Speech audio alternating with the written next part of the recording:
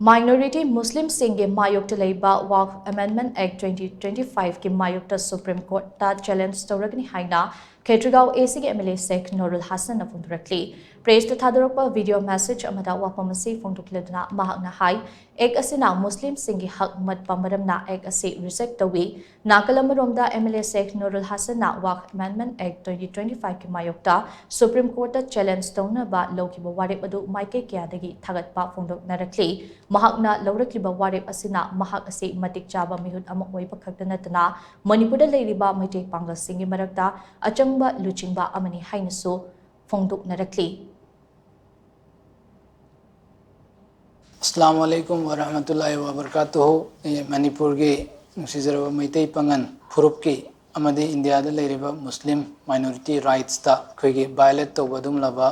handak inauna ek on grava Lok Sabha and Rajya Sabha da pass tawrga ek on grava WAQF Amendment Act 2025 ase tasengna koi minorities Muslim makhege right violate tawbadum laba ek amakhakne hairiba ek ase aige personal level amad aige maikei dagi ai tasengna condemn tawbadana tana masi hoina reject tawjari hairiba ek pass tawriba ek oiriba WAQF Amendment Act 2025 ase Supreme Court ta challenge tawrgani athuba matamda